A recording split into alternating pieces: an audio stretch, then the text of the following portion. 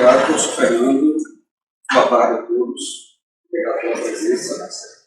Então, como dito já pelo professor, esse é o meu tema de doutorado. E vou iniciar apresentando a agenda do que nós vamos falar aqui. Então, essa agenda ela foi dividida em três áreas, três partes. A fundamentação, contribuições e resultados.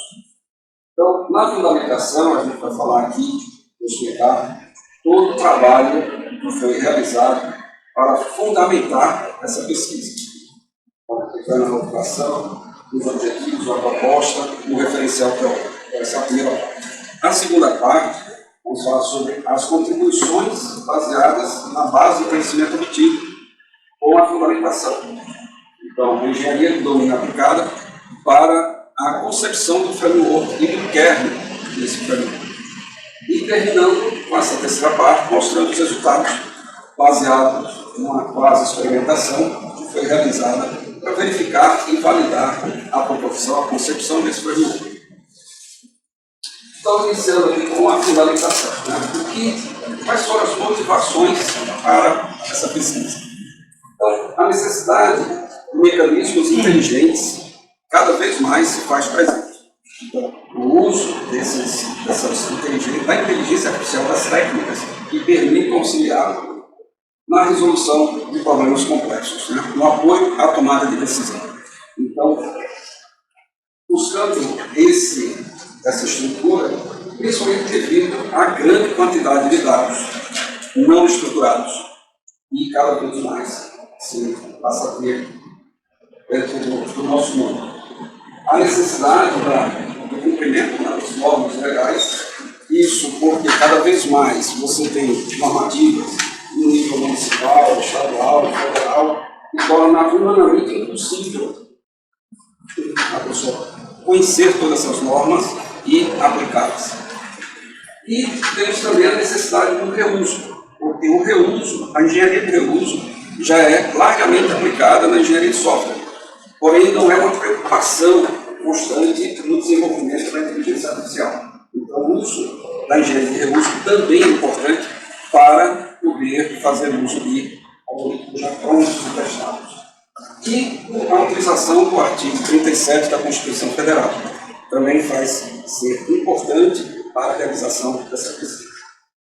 O objetivo geral foi o uso da engenharia do domínio para a obtenção de características que permitissem a implantação, desenvolvimento, a concepção de uma estrutura que faça uso da inteligência artificial para apoio na tomada de decisão com foco no setor público brasileiro, com ênfase em compliance, em análise de conformidade. Baseado nesse objetivo geral, nós temos os seguintes objetivos específicos. Foram feitos os estudos das principais técnicas de inteligência artificial e inteligência computacional, cuida-se aí algoritmos simbólicos e algoritmos subsimbólicos de aprendizado de máquina, a realização da engenharia de domínio para a identificação das comunalidades. Essas comunalidades são os pontos comuns em aplicações para o serviço público que foram utilizados nesse processo. Projetar essa estrutura com seus pontos variantes e invariantes, os hotspots e os hotspots. Implementar um aprendizado de máquina, quer dizer, o núcleo dessa estrutura, denominada de kernel, e permitisse fazer um aprendizado da interação do agente com o ambiente, que a gente vai explicar um pouco mais na frente. E prototipar esse framework para que a instância dele pudesse ser verificada e validada. E, por fim, a verificação por especialistas em tecnologia e especialistas em negócio. Desenvolvedores, engenheiros de software e agentes públicos, gestores públicos. Com esses objetivos definidos, vem a pergunta norteadora da pesquisa. Como poderia ser a especificação de um framework inteligente para a camada de aplicações e serviços com ênfase em compliance e que fosse adequado ao serviço público brasileiro? Bom, antes de continuar, é importante aqui definir o que é framework nessa pesquisa. Então, foi utilizado aqui um conceito do Dr. Clements, que é uma estrutura abstrata que permite a definição de diretrizes para desenvolvimento de aplicações que atendam ao mesmo domínio. Então, esse foi o foco do framework utilizado. Bom, então a proposta foi conceber uma estrutura aberta. Por que uma estrutura aberta? Ela possa ser evoluída pela comunidade e perceba a sua utilidade. Disponibilizada para diferentes tipos de usuários. E aqui, essa é uma das maiores contribuições desse framework. Ele tanto atende a especialistas em tecnologia como a especialistas em negócio, resolvendo diversas classes de problemas complexos, como classificação, predição, agrupamento, associação, utilizando técnicas inteligentes, porque o uso dessas técnicas permite a solução desses problemas complexos, que não podem ser resolvidos com a computação tradicional, apoiando, dando suporte à tomada de decisão e permitindo recomendações. Quer dizer, a grande finalidade dessa estrutura é recomendar tanto técnicas para os especialistas em tecnologia, engenheiros de software, que não têm conhecimento de inteligência artificial, podem até ser, ou os engenheiros de software, com bastante experiência, mas ainda sem muito know-how em inteligência artificial. Então, esse framework pretende apoiar esses especialistas. E os gestores públicos, que precisam fazer uso da inteligência artificial cada vez mais para apoiá-lo devido a esse volume crescente de dados estruturados e não estruturados que estão disponíveis. Referencial teórico. Então, para fundamentar essa pesquisa, foi feito um estudo sobre compliance, análise de conformidade, que é a ênfase dada a essa estrutura. Engenharia de domínio, porque foi aplicada a engenharia de domínio nas suas 3 fases, e para definir o framework. Né?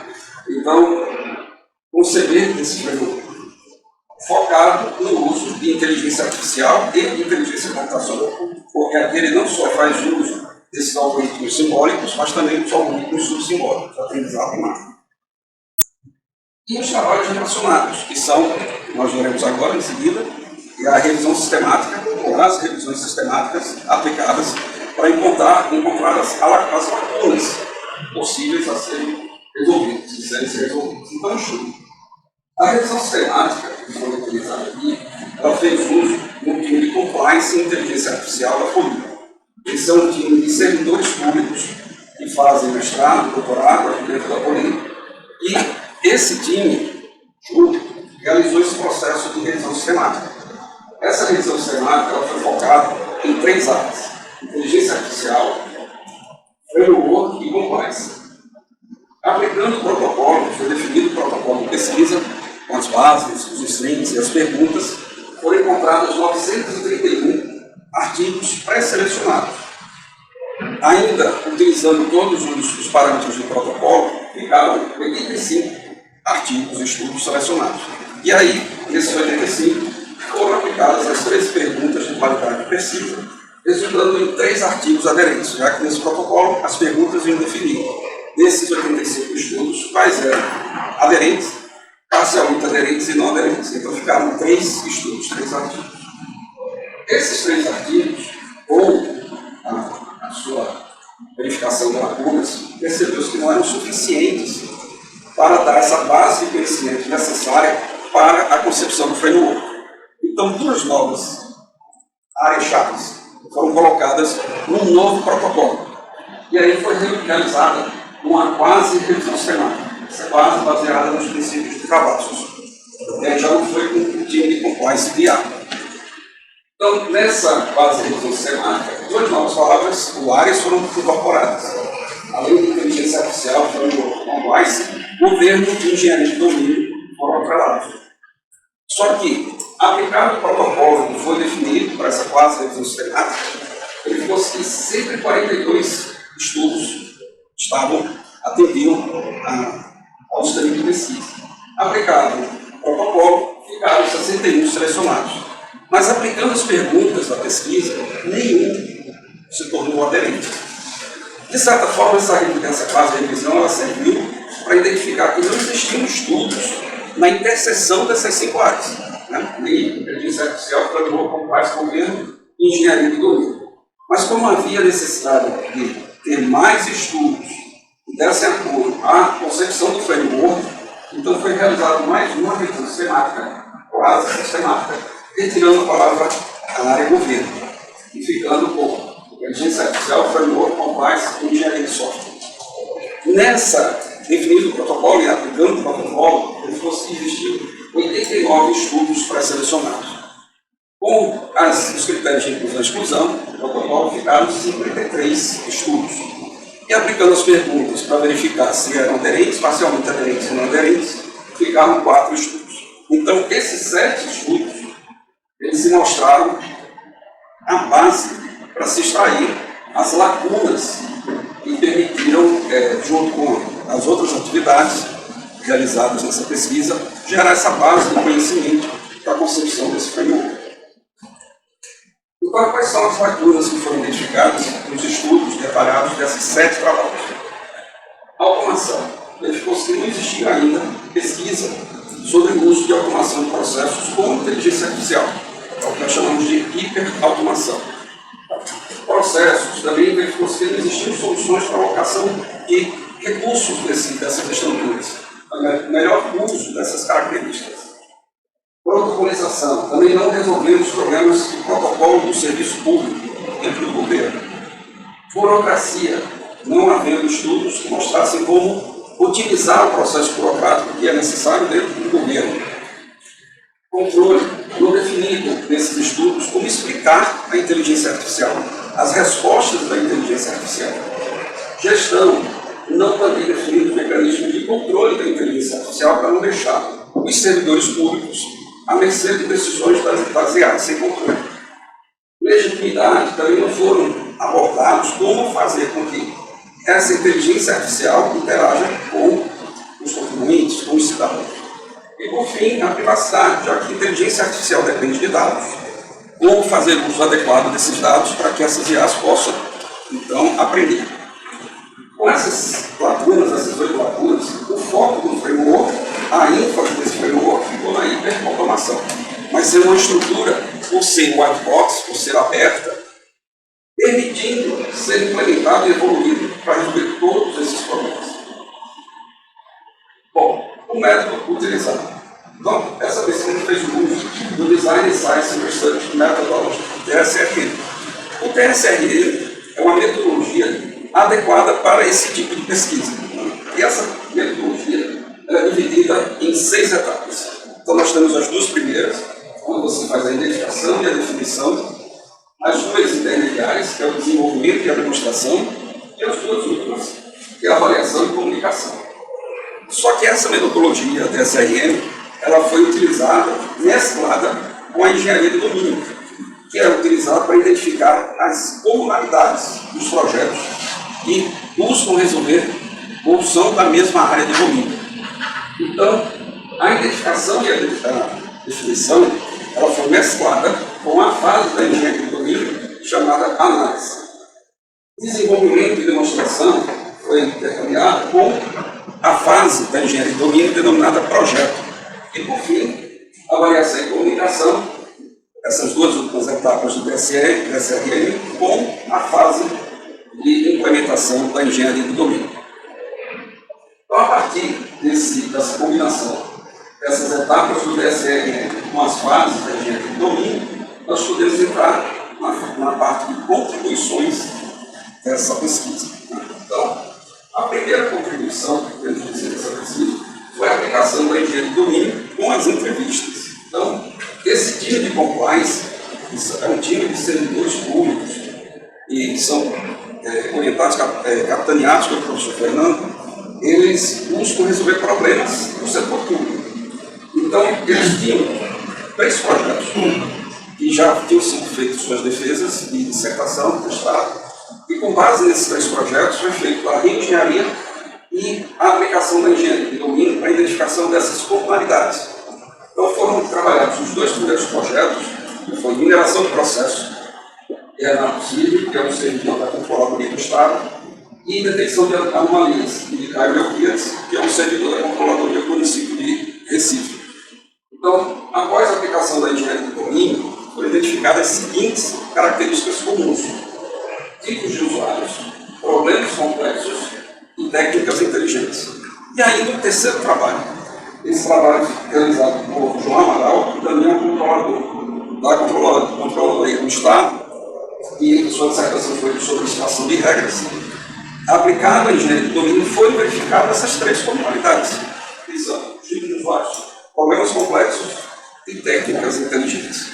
Então, essas comunalidades identificadas, com a aplicação das entrevistas com os stakeholders, os envolvidos, e mais a fundamentação teórica, e mais o estudo que foi realizado, foi gerada a base de conhecimento necessária para a identificação dessas comunalidades, que são os tipos de especialistas, e aí são especialistas em tecnologia, engenheiros de software, e tem problemas a serem resolvidos, e apesar de terem expertise na engenharia de software, às vezes não têm expertise necessária em inteligência artificial, e os especialistas em negócio, que têm seus problemas governamentais necessários a serem desenvolvidos, resolvidos. Esses problemas complexos, que não conseguem ser solucionados com aplicações transacionais. Então, eles precisam ser utilizados em aplicações com inteligência artificial, com os problemas de classificação, petição, usando esses algoritmos, né? Algoritmos inteligentes que resolvem esses tipos de problemas complexos. Bom, além disso, com toda essa fundamentação, com esse estudo, foram verificados 5 áreas de atuação desses problemas, né? Que são mineração de processos, detecção de anomalias, extração de regras, detecção de fraudes e gerenciamento de risco. Então, para solucionar essas áreas identificadas com aqueles lacunas, que são problemas complexos, o objetivo foi usar algoritmos inteligentes para essas classes de problemas. Por exemplo, classificação e predição. Então, aqui usando algoritmos do aprendizado de máquina supervisionada, onde você pode classificar dados, onde você pode prever comportamento desses dados. Agrupamento e associação, quando você precisa que o algoritmo lhe mostre as características comuns dos dados. Como a gente vai ver mais na frente, nas simulações, a identificação do perfil do devedor. O próprio algoritmo vai identificar quem é devedor e quem é sonegador.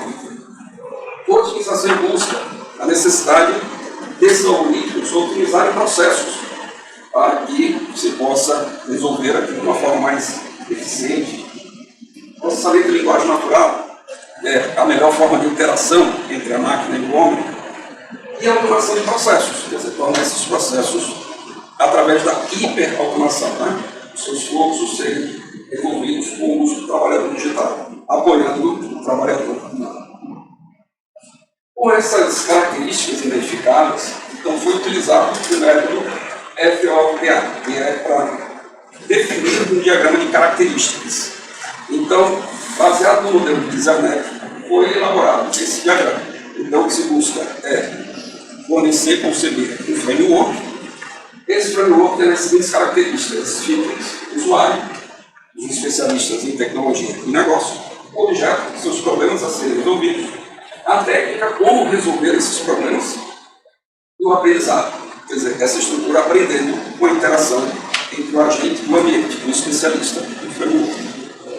Os usuários, os especialistas, tendo também esse usuário administrador com uma visão completa da estrutura, o objeto desse problema e a ação que irá resolver, a técnica, tendo os algoritmos inteligentes para resolver os problemas, aí usando a abordagem, porque pode ser um aprendizado mais supervisionado, não supervisionado por reforço, hiperparâmetros, que é a base de configuração desses algoritmos inteligentes, e a hiberização, que é uma figura opcional, que pode ser feita na mesclagem de técnicas.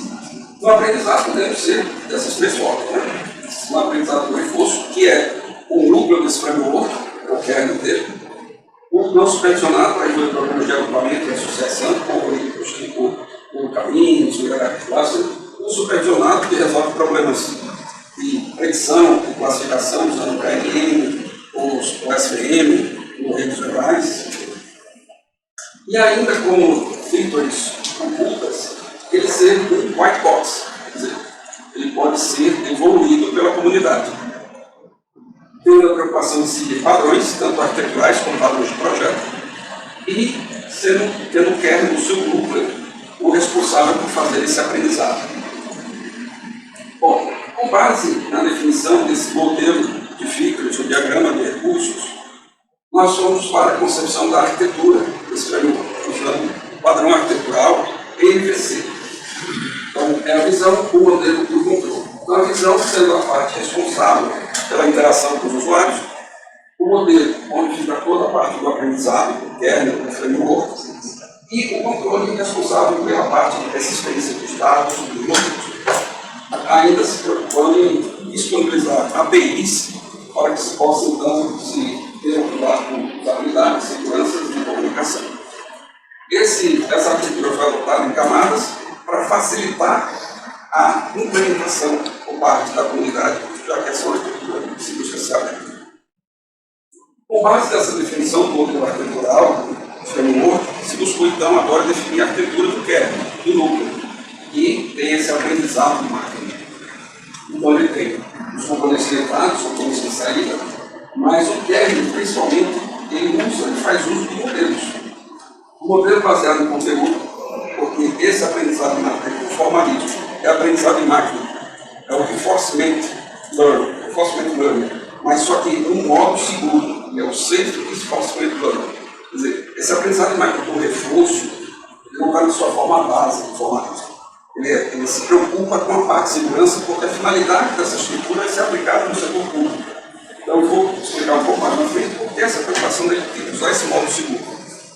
Mas, tendo ainda a recomendação, o uso da filtragem colaborativa. Ele ser baseado em memória, baseado no modelo. Então, baseado em memória, na base da interação do agente com o agente, com o ambiente, dos clientes, selecionando as opções disponibilizadas na prototipação da instância, e baseado em modelo, usando modelos e essa inteligência. Isso se preocupando em ter a disponibilidade de uso de APIs, para usabilidade, segurança, comunicação e regras governamentais. Agora, por que essa estrutura ser segura? Por que ser um aprendizado de máquina? Porque fosse seguro. Então, o objetivo é aplicar no governo. Então, no formalismo padrão, para que ele aprenda que aquela ação é uma ação errada, ele primeiro tem que cometer o erro. E aqui é muito perigoso você entregar esse formalismo no setor público, porque imagine que você tem uma ação que é uma recomendação de ordenação de despesa e é feito um erro, passando do limite policial, que se permite ali para o ordenador de despesa, para que ele aprenda que ele não pode passar do limite.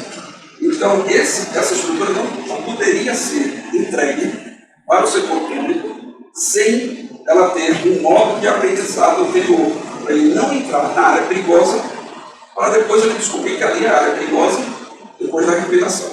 Então, para isso, foi usada a técnica do aprendizado por demonstração. Trazendo aqui as técnicas, vocês observam que esse aprendizado por demonstração ele é dividido em cores. Então, esse diagrama de dispersão, ele mostra, por exemplo, aqui as classes de problema. E observem que os algoritmos eles têm um tamanho, que é essa frequência de uso.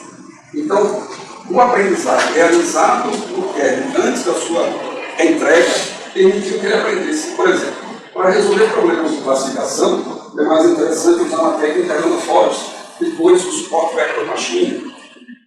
Para resolver problemas da classe de predição, é mais interessante usar o Bootleg Receptor ou o Logistic Regression. Para aprender, por exemplo, para agrupamento, é mais interessante usar o Caminhos, depois o Direct Cluster, depois os sons, que são os mapas auto-aprendizados. Quer dizer, ele teve um pré-aprendizado, um aprendizado para gerar esse mapa de políticas, que são as melhores políticas, mas levando em consideração que esse é um algoritmo e ele vai aprender cada vez mais. Então, com a interação dos agentes com o framework, ele pode depois aprender que talvez o caminho do Random Forest seja melhor do que o suporte vector machine. Então, ele vai fazer a recomendação diferenciada desse aprendizado. Então, isso é o entendimento do núcleo desse framework, denominado kernel, fazendo uso desse formalismo, que é o Safe Reinforcement Learning. Então, essa estrutura explica esse formalismo. Então, você tem um agente que ele busca a melhor política, a melhor estratégia. Essa ação vai ser analisada numa base de mapa de políticas, que são as estratégias que ele aprendeu e que ele vai aprender com o seu uso, onde ele vai selecionar e informar para o ambiente, onde vai ter aí fator de desconto, mudança de estado e a recompensa. Essa recompensa é que vai dizer se aquela ação é uma ação boa ou ruim, uma ação positiva ou negativa para a mudança de estado que ele está fazendo com o uso do framework. Para tentar exemplificar, imagine que você tem um agente interagindo com o ambiente e ele está com frio, que tem uma fogueira. Então, se ele se aproxima dessa fogueira a uma certa distância, quando ele passa e perde o frio, ele recebe uma recomendação positiva. Mas se ele se aproxima demais e se queima, ele recebe uma recomendação negativa. Então, o princípio é esse. Ele vai aprendendo com as ações do usuário. Esse mecanismo ele é usado para fazer a recomendação. Então, o objetivo é recomendar a melhor ação. Só que esse framework ele foi proposto em verificação e validação dessa estrutura. Nós, basicamente, o protótipo é que foi a prototipação feita da instanciação desse framework.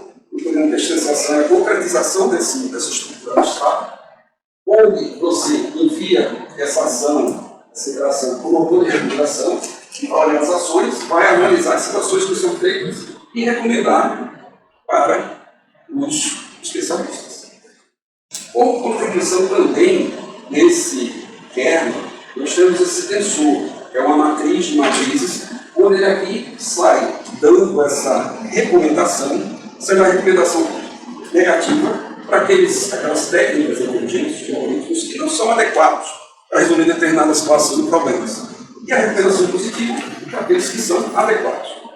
Esse tensor, você tem uma tabela que faz uso desse tensor, que é chamado de Q-Learning, faz uso desse algoritmo Q-Learning, que é a tabela dele, onde ele vai ter as frequências de uso dessas técnicas para recomendar a técnica campeã.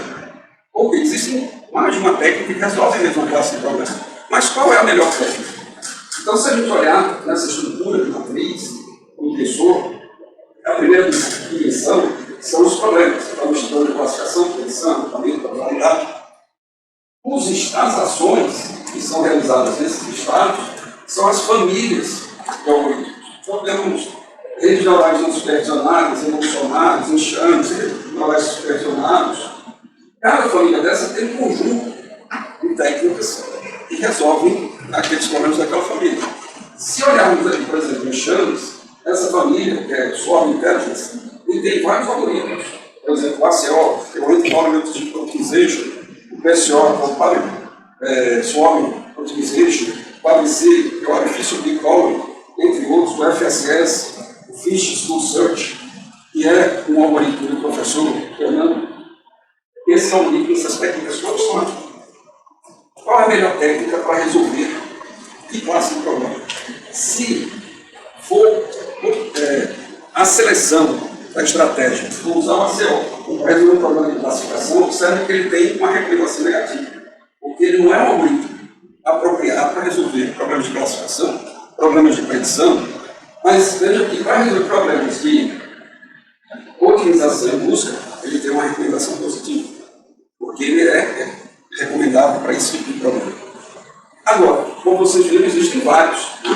Então, desses vários, vai ter aquele que é o campeão, é o que ele vai recomendar, mas ele também recomenda outros dois que podem ser usados. Esse framework vai permitir que, usando as técnicas de inteligência artificial, então você vai poder testar essas três recomendações e verificar se a recomendação do framework realmente é melhor. Porque se não for, você vai poder interagir com esse framework e, com base nessa interação, ele vai aprender que outra técnica é melhor do que aquela que ele pensava ser melhor. É aí que vem a ficha do aprendizado. Então, para entender esse processamento interno do framework, a gente viu que ele é feito para dois especialistas. Especialista em tecnologia e especialista em negócio. O especialista em tecnologia faz uso dos dados da área de tecnologia para os desenvolvedores. Uma abordagem técnica, um algoritmo de parâmetros. Esses dados eles vão para um algoritmo chamado Q-Learning, o algoritmo desse aprendizado máquina com reforço, onde ele vai usar o estado, que são as classes de problemas, e as ações, que são as famílias de algoritmos, fazendo as interações para aprender quais são as melhores daquela classe de problema qual eles propõem resolver. Isso para que isso possa ser utilizado pelos especialistas de negócio, com os dados dos problemas governamentais, que vão ter o objeto e a temática, e vai ser usado no algoritmo Q-Learning onde ele ilustra seus problemas do governo e as ações são as estratégias de solução desse problema. Por exemplo, melhor forma de cobrança é protesto ou é ajuizamento? Então, com isso, ele vai fazer a recomendação com esse aprendizado, se preocupando com todas essas questões transversais, que são perfil do usuário qualquer e a segurança. Bom, para que se pudesse verificar e validar se essa abstração proposta ela era efetiva, então foi necessário instanciar esse framework. E essa instanciação se realizou numa prototipação da mesma. Então, essa figura mostra que o objetivo foi distanciar o framework para que especialistas em tecnologia e em negócio, usando a prototipação, pudessem fazer essa interação do agente com o ambiente, para que o kernel pudesse aprender através do processo de recompensa, usando o tensor, aqui mostrado, e aí recomendar a melhor ação para o especialista em negócio ou a melhor técnica para o especialista em tecnologia. Então, para isso foi prototipado. Essa prototipação, como vocês podem ver, salientando que assim, essa interface ela pode ser desenvolvida da forma que quem da comunidade quiser evoluir, porque como ele foi proposto em camadas, a camada de visão ela é desacoplada das outras camadas, então ele pode desenvolver o seu layout. Mas aqui, o objetivo é mostrar que nessa interação com o especialista, você está atendendo dois especialistas. Aqui em cima, por exemplo, no projeto, é a melhor forma de cobrança da dívida. Um, entrando ali com ações de pessoa física, auto de infração, ativo regular, se ele disser que é interessante ajuizar, se ele aprender que o ajuizamento para essa estrutura de dados é boa, ele vai dar um like. Mas se eu botasse protestar, ele aprendeu que ela não é boa, ele vai dar um dislike. A grande vantagem da estrutura de aprendizado de máquina é que, sem a interação do desenvolvedor, ele vai aprendendo com os dados. Então, no futuro, como os dados são dinâmicos, ele pode inverter a recomendação. Então, ele pode considerar que para esse tipo de dados, a pessoa querendo ajuizar, ele vai dar um dislike. E querendo protestar, ele vai dar um like. E, ao mesmo tempo, ele está também auxiliando ao especialista em tecnologia. Porque o especialista em tecnologia, que desenvolve o projeto de software, necessariamente ele não tem know-how ainda em inteligência artificial. E aqui ele consegue mostrar, por exemplo, que tipo de classe de problema é esse. Então aqui ele está mostrando que é classificação. Mas existem outros casos que, caso do projeto 2, o projeto 3 tem que ter aqui os cenários, os casos selecionados, os sindicatos, e nós temos problemas de agrupamento, problemas de otimização. E nessa ferramenta, selecionado a classe de problema, ele ainda vai dizer a qual família de técnicas inteligentes foi utilizada para resolver aquela classe de problema. Então, o desenvolvedor ele também vai poder aprender que determinadas famílias não resolvem determinadas classes e outras resolvem. E olhando a família, quais são as técnicas que resolvem aquela classe de problema. Se olharmos aqui, por exemplo, classificação, esse problema foi sugerido usar da família estatística supervisionada. E o algoritmo recomendado foi o Randolph Forest, como vocês podem perceber, o áudio mais intenso. Mas como essa estrutura é muito modal, ela oferece mais de uma saída, ele recomenda outras duas técnicas, o KNN e o suporte Vector Machine. Onde o KNN ele recomenda como segunda opção e o SVM como terceira. Então, qual é o ideal? Fazer uso do recurso da ferramenta, que ela disponibiliza uma série de bibliotecas internas que facilitam esse desenvolvimento em inteligência machine learning para aprendizado de máquina, né? Usando também recursos de gramática, numeração de dados, que é o Agitantes. Então você tem o próprio especialista em negócio também pode ver até a codificação daquelas técnicas sugeridas e aplicar as métricas, acurácia, precisão, recall, F1, matriz de confusão, curva ROC, para verificar se as técnicas que o kernel está sugerindo é a mais adequada. E caso não seja, ele fazer a escolha de outra. E se ele escolher outra, por exemplo, suporte Vector Machine, ele vai estar interagindo com o framework e mais na frente o framework pode não mais recomendar o Randolph Forest, sim o suporte Vector Machine. E, concluindo a terceira parte, que são os resultados. Fizemos o uso do método de vôlei para fazer uma experimentação, para salientar que foi uma quase experimentação, onde definimos o problema, o objetivo, planejamos as etapas da experimentação, fizemos a coleta de dados, analisamos os dados coletados, temos a apresentação dos resultados. Trago aqui algumas análises feitas. Né? Então, a experimentação ela é quase experimental, porque, na verdade, o critério utilizado aqui foi por conveniência para a escolha dos experimentadores. Então, foram 49 participantes, só desses 49 participantes, nós temos 24 que eram especialistas em tecnologia. Os analistas em gestão de tecnologia da informação, das GTIs, engenheiros de software CSI, coordenação do sistema, formação temporal e inovação. E os especialistas em negócio, procuradores e gestores públicos. Então, esse grupo de experimentadores, para que vocês tenham ideia, o nível acadêmico dos experimentadores, a maioria é especialista em mestre. A experiência profissional, a maioria tem entre 15 a 25 anos de experiência. E o conhecimento das áreas, a maioria tem médio ou alto conhecimento das áreas, com mais frameworks e concursos de engenharia de software e inteligência artificial. Nas análises, em relação à contribuição que esses experimentadores colocaram, esse framework para o setor público. Então, quase 90% colocaram como muito alto. Facilitador de entendimento de inteligência artificial, como algo que é muito alto, mais de 90%. Contribuição para os especialistas em tecnologia, em relação à aplicação de técnicas, mineração de dados, escolha de modelo, treinamento e teste. Então, entre alto e muito alto, ficaram a maioria. E para os especialistas de negócio, em relação ao auditoria de controle, detecção de anomalias, fraudes, mineração de processos, criação de regras, alta e muito alta ficaram a maioria.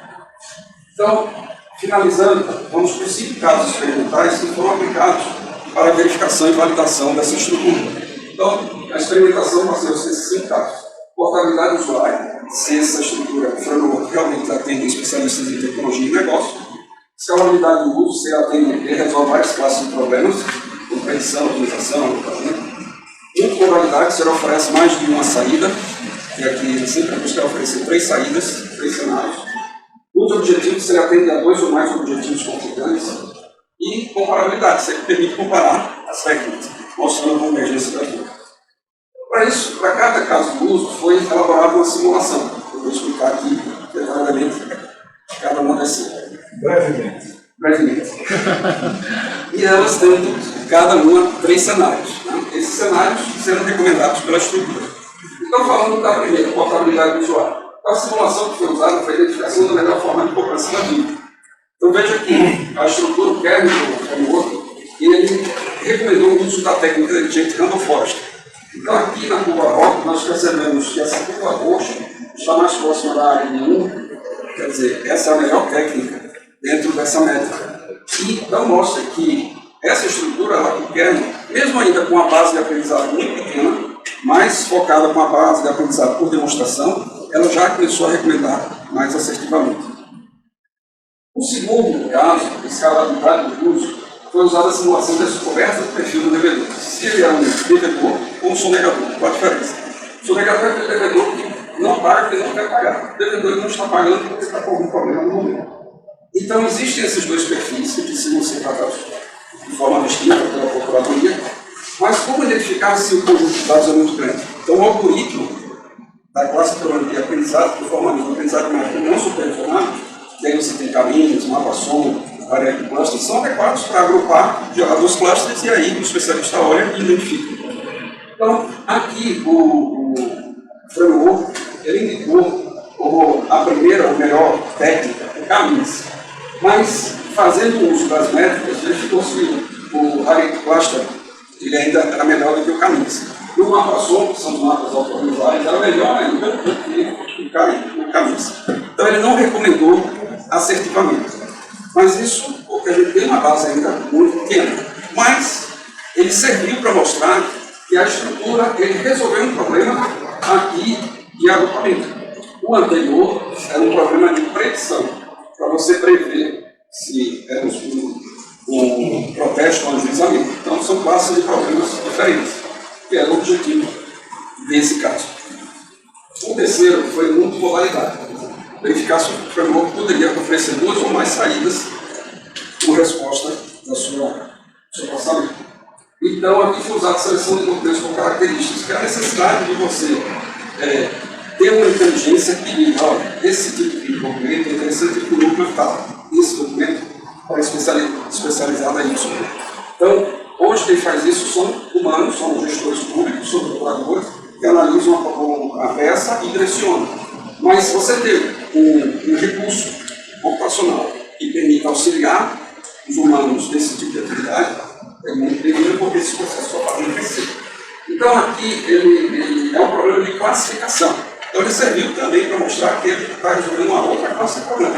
O primeiro foi a predição, o segundo foi agrupamento e classificação. Então, ele fez a recomendação. Ele repreendeu muito a percepção porque é um algoritmo de redes neurais. Mas não foi o melhor, foi o pior classificado, aplicando as métricas. Mas vale salientar que aqui não foi feita toda a configuração necessária dos hiperparâmetros, que é outro recurso que essa estrutura permite. E talvez fazendo as melhores configurações dos hiperparâmetros, ele pudesse ter melhor desempenho. O quarto foi a multi-objetividade. Se essa estrutura oferece técnicas inteligentes para resolver problemas conflitantes.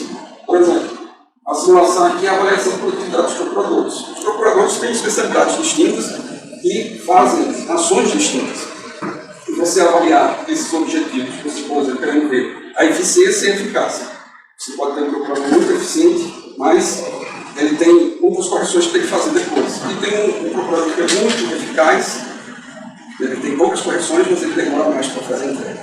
Então, qual é a melhor produtividade? Qual é o melhor ponto entre a eficiência e a eficácia? Então, usando essas saídas, que são esses algoritmos, ele reconheceu o NSGA, que são técnicos que resolvem 2 ou mais objetivos, e realmente essa foi a melhor em termos de competência. Ele também mostrou que é uma técnica que resolve problemas muito objetivos. Finalizando com comparabilidade, aqui, seleção de processos prioritários. Nesse caso, usa a simulação, porque cada vez mais tem mais processos e os procuradores precisam priorizar quais são os processos que vão atuar primeiro. Então, aqui foi usado algoritmos de inteligência de chaves para identificar, otimizar esse processo de seleção.